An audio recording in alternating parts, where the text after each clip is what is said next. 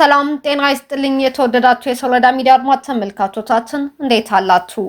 በዛሬው የትንተና ዝግጅታችን የቀድሞ ህወሓት ማዕከላዊ ኮሚቴ ከሰሞኑ በአክሱም ከተማ አድርጎት በነበረው ስብሰባ ያስተላለፈውን ውሳኔ መሰረት በማድረግ ዶሮ ብታልም ጥሬዋን በሚል ርዕስ የዘወትር የሶሎዳ ሚዲያ ቤተሰባችን የሆኑት አርዱል ሁቡሽ ከምስራቅ ኢትዮጵያ ያሰናዱትን ትንታኔ ወደ እናንተ ይዘንላችሁ ቀርበናል። እስከ ፕሮግራማችን ፍጻሜ ዛሬም እንደወትሮው ሶሎዳ ሚዲያን ሰብስክራይብ፣ ቪዲዮዎቻችን ላይክ፣ ሼር በማድረግ ከኛ ጋር አብራችሁን እንድትቆዩ ከወዲሁ በታላቅ አክብሮት ጋብዛለሁኝ። መልካም ቆይታ። ዶሮ ብታልም ጥሬዋን ይድረስ ለሶሎዳ ሚዲያና ለአድማጭ ተመልካቾች በሙሉ የከበረ ሰላምታዬን እያቀረብኩኝ የ2015 ዓ.ም ትህነግ የፕሪቶሪያን ስምምነት ለመፈረም የተገደደው ከመጥፋት ራሱን ለማዳን በሚልና ለጊዜ መግዛ እንጂ ለትግራይ ክልልና ሕዝብ ዘላቂ ሰላምን ለማምጣት በሚል አስቦ ያደረገው ስምምነት እንዳልሆነ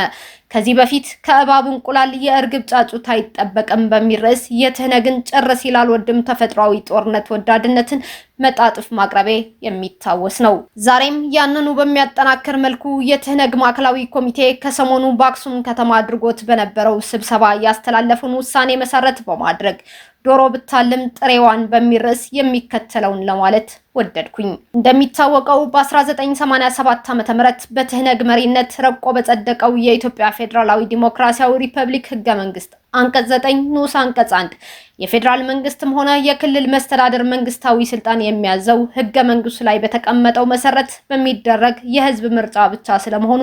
በግልጽ ተደንግጓል። በሀገሪቱ የሚካሄደው ምርጫ የሚመራበትን ህግ በተመለከተ ደግሞ የሚወጣው በፌዴራል መንግስት ስለመሆኑ በህገ መንግስቱ አንቀጽ 55 ንዑስ አንቀጽ 2 መላይ በግልጽ ተደንግጓል። የሀገሪቱን መንግስት አሊያም የፌዴራልም ሆነ የክልል መንግስት በትረ ስልጣን ለመያዝ የሚቻለው ህዝብ ፊት ለምርጫ ቀርቦ በመወዳደር በአብላጫ የህዝብ ድምጽ ነው። ለዚህ ደግሞ የፖለቲካ ፓርቲዎችን መመዝገብ፣ መቆጣጠርና ማስተዳደር፣ የምርጫ ጊዜ ሰሌዳን ማውጣት፣ ምርጫ ከተጽዕኖ ነፃና ፍትሃዊ በሆነ መልኩ የማስፈጸምና በምርጫው አብላጫውን የህዝብ ድምጽ ያገኘው የፖለቲካ ፓርቲ ቡድን አሊያም ግለሰብ ማን እንደሆነ አረጋግጦ መንግስት መመስረት ያለበት የማጽደቅ ስልጣን ያለው ብቸኛ ተቋም ደግሞ የኢትዮጵያ ብሔራዊ ምርጫ ቦርድ ብቻ ነው። በትህነግ መሪነት የወጣውን የ1987 ዓ.ም ህገ መንግስት አንቀጽ 102 ላይ በግልጽ ተደንግጓል። ትህነግ በራሱ መሪነት የወጣውንና ያጸደቀውን ይህን የ1987 ዓ.ም ህገ መንግስት በሚቃረም አካሄድ ምርጫን በሚመለከት የራሱን የምርጫ አዋጅ ቁጥር 351/2012 በሚል ህገ መንግስታዊ የሆነ ህግ በማውጣትና የጨረባ ምርጫ ያካሄደ ሲሆን የኢፌድሪ የፌዴሬሽን ምክር ቤት ነሐሴ 30 ቀን 2012 ዓ.ም ባካሄደው አምስተኛ ዙር የፓርላማ ዘመን አምስተኛ ዓመት አንደኛ አስቸኳይ ስብሰባ የፌዴሬሽን ምክር ቤት ውሳኔን ወደ ጎን በመተው የትግራይ ብሔራዊ ክልላዊ መንግስት ያወጣው የምርጫ አዋጅ ቁጥር 351/2012 እና አዋጅን መሰረት አድርጎ ያቋቋመው የምርጫ ኮሚሽን ያሳለፋቸውን ውሳኔዎችና የፈጸማቸውን ተግባራት ከህገ መንግስቱ ጋር የሚቃረኑ በመሆናቸው በህገ መንግስቱ አንቀጽ 9 ንዑስ አንቀጽ 1 መሰረት እንዳልተደረጉ የሚቆጠሩ የማይጸኑና ተፈጻሚነት የሌላቸው መሆኑና የክልሉን መስተዳደር ከጅምሩ እንዳልነበረ ፍርስ ማለትም ኑል ኤንድ ቮይድ አብ ኢንቲቶ እንደሆነ ወስኗል። የፌዴራል መንግስቱ ደግሞ እውቅና ያልሰጠው የክልል መስተዳደር የሀገሪቱ የፌዴራል አካል የሆነ መንግስት እንዳልሆነ የሚቆጠር በመሆኑ በእንደዚህ አይነት ክልል ውስጥ በስመ መንግስትነት የሚደረግ ማናቸውም ተግባራት ህጋዊነት የሌላቸው በተራ ሽፍታ የተደረገ ድርጊት ይሆናል። ከማናቸውም የሀገሪቱም ሆነ የዓለም ክፍል ግንኙነት ማድረግ አይቻልም። ስለዚህ ራሱን ትህነግ ብሎ የሚጠራው ማዕከላዊ ኮሚቴ ከሚያዝያ 7 እስከ ሚያዝያ 9 2018 ዓ.ም አክሱም ላይ ባካሄደው ስብሰባ የተራዘመውን የትግራይ ክልል ጊዜያዊ አስተዳደር እንደማይቀበለውና በ2012 በህገወጥ መንገድ የተመረጠውና የታገደው የትግራይ ክልል ምክር ቤት ወደ ነበረበት እንዲመለስና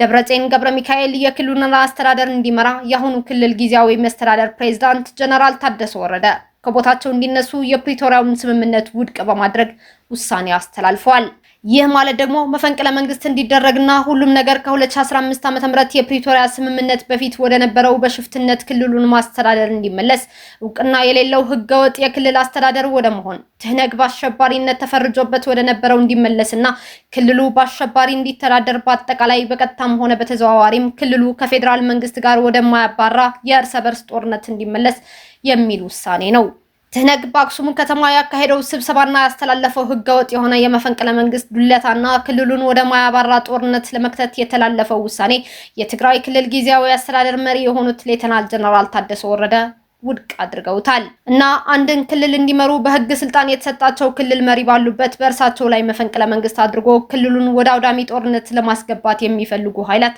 አፍንጫቸው ስር ሆነው ይህንን ሲደልቱ ከጅምሩ መከላከል እየቻሉ በዝምታ ማለፋቸው የክልሉን ህዝብ ከወዲሁ የስጋት አዘቅት ውስጥ እንዲወድቅ ማድረጋቸው በጉዳዩ ውስጥ እንደሌሉበትና አይኔን ግንባር አድርገው ለማለት ቢዳዱም ድርጊቱን እያከናወኑ ያሉት በእርሳቸው ፊት አውራሪነት በአቶ ጌታቸው ረዳ ላይ መፈንቅለ መንግስት ያካሄዱት ናቸውና